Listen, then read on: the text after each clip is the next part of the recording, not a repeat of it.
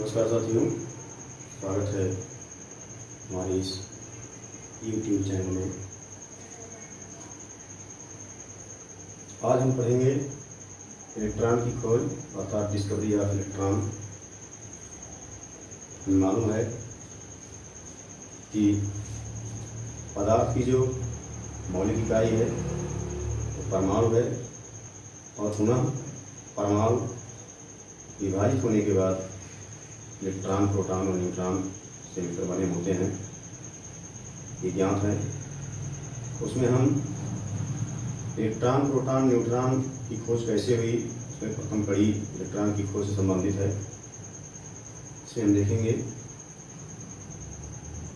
प्रथम वैज्ञानिक थे जूलियस ब्रकर। इन्होंने 1859 में कम दाब पर और उच्च ताप पर 60 सेंटीमीटर लगभग कांच की नली लिया, जहां पर लगभग 10⁻³ मिलीमीटर पारी के दाब पर 10,000 से 30,000 वोल्ट तक विभवांतर उत्पन्न किया और इस तरीके से उपकरण तैयार किया जिसको हम डिस्चार्ज ट्यूब कहते हैं, अर्थात विसर्जन नलिका।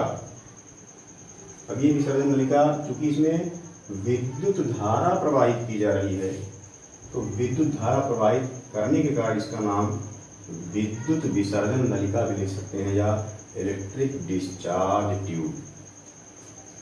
जूलियस ब्रकर ने क्या किया, इस उपकरण को जब एडजस्ट किया, HVS मतलब हाई वोल्ट सोर्स, यानी उच्च विभव स्रोत जो है, यहाँ यही 10,000 से लेकर 30,000 वोल्ट तक का विभवांतर दिया गया या विद्युत धारा प्रवाहित की गई। चित्र में आप सब देख सकते हैं, यहाँ कैथोड है, यहाँ एनोड है। एनोड पर धनावेशित चार्ज, कैथोड पर ऋणावेशित चार्ज, यानी ये दो पोल हो गए, दो ध्रुव है इस नलिका में। और जब इन्होंने अर्थात जूलियस ब्रकर ने विद्युत धारा प्रवाहित किया तो इन्होंने देखा कि कैथोड से कुछ अदृश्य किरणें निकल करके सामने वाली दीवार पर, या ये कह सकते हैं एनोड ध्रुव पर या कांच की दीवार पर प्रकाश उत्पन्न की।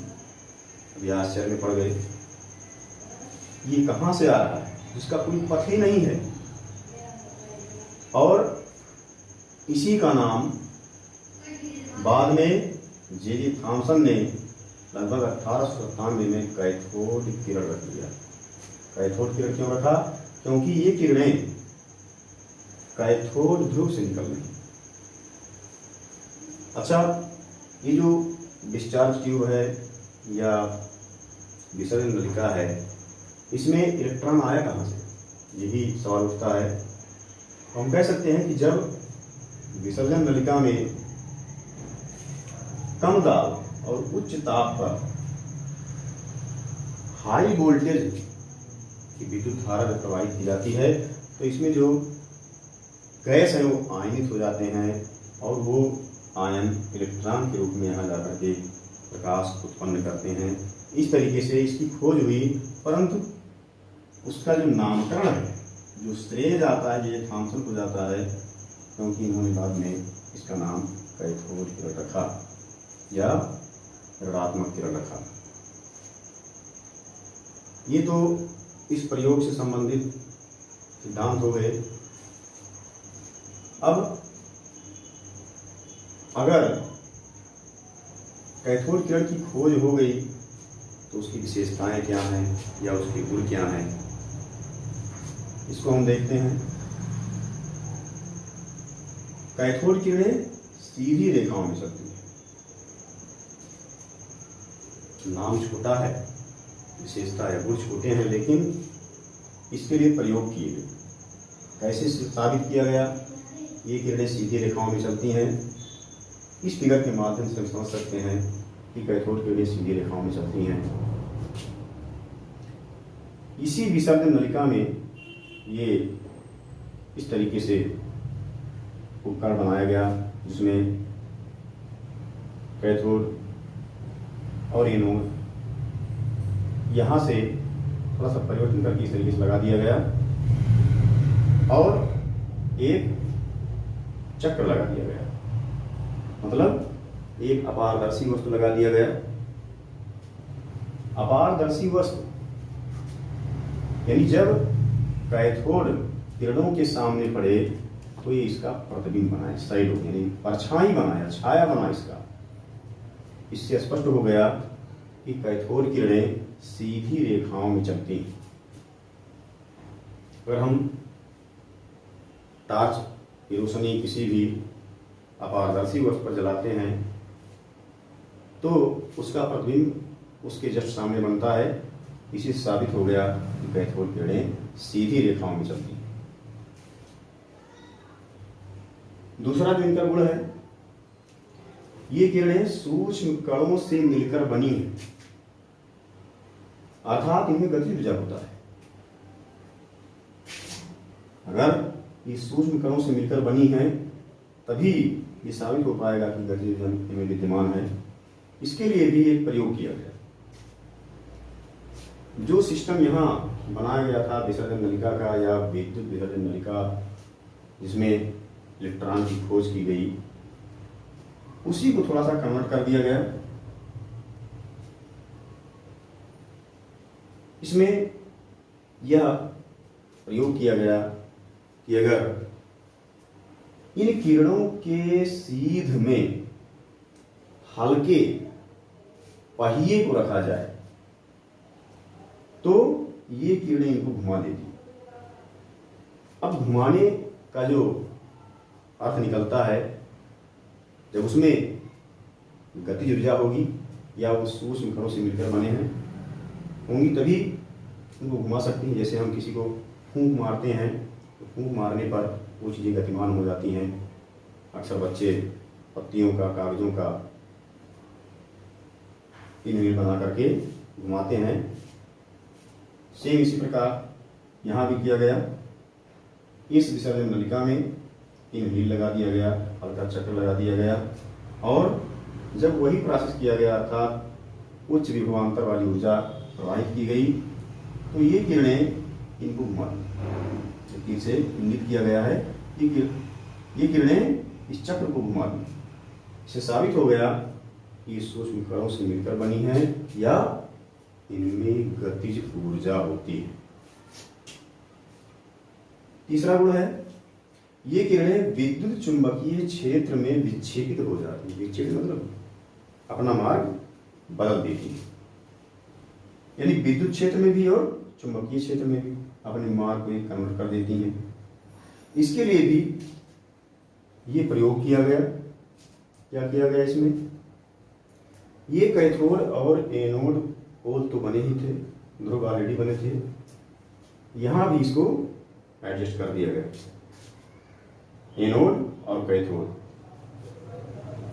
जब अगर इसको देखा जाए एक बार, इस फिगर को, इसको ये तीनों जो उपकरण बनाए गए, इसमें हम देख रहे हैं कि किरणें सीधी रेखाओं में जा रही हैं और सीधी रेखाओं में चल रही हैं।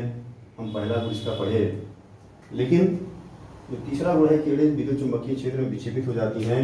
जब उपकरण को हम चेंज कर दिए तो क्योंकि आकर्षण यहाँ है, जो विपरीत आवेश वाले कण होते हैं उनमें आकर्षण होता है। क्योंकि ये कैथोड से निकलने वाली किरणें थी तो यहाँ पर जो एनोड ध्रुव था ये इनको आकर्षित कर लिया, इनको सीधे जाना चाहिए था। ठीक है, यानी ये सीधे ना जा करके अपने मार्ग से विक्षेपित हो गई, यानी अपने मार्ग को बदल दी और यहाँ पहुंच गई।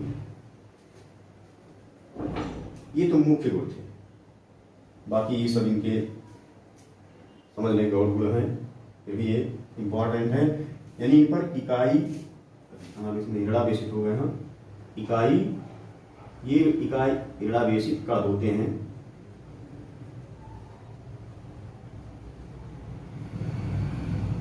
इकाई गड़ा विशिष्ट कण क्यों है?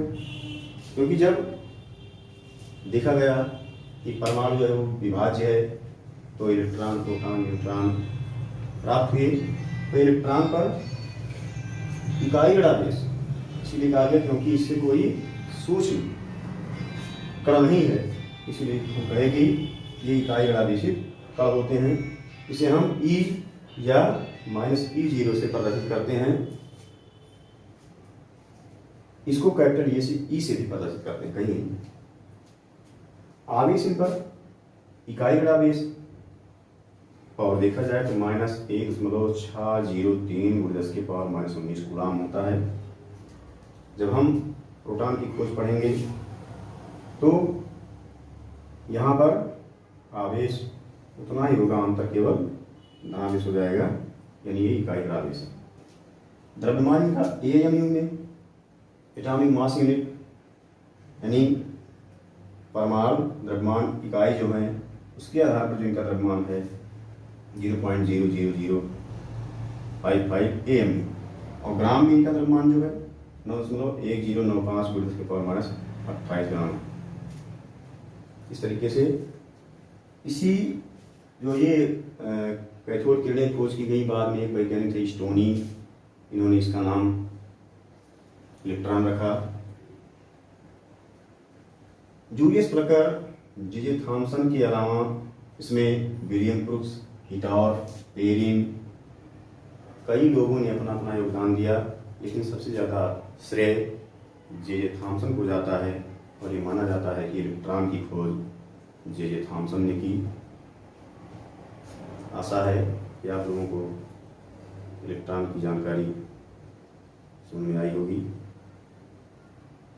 और हमारे चैनल को जरूर सब्सक्राइब करें और शेयर करें, बेल आइकन भी दबाएं ताकि आपको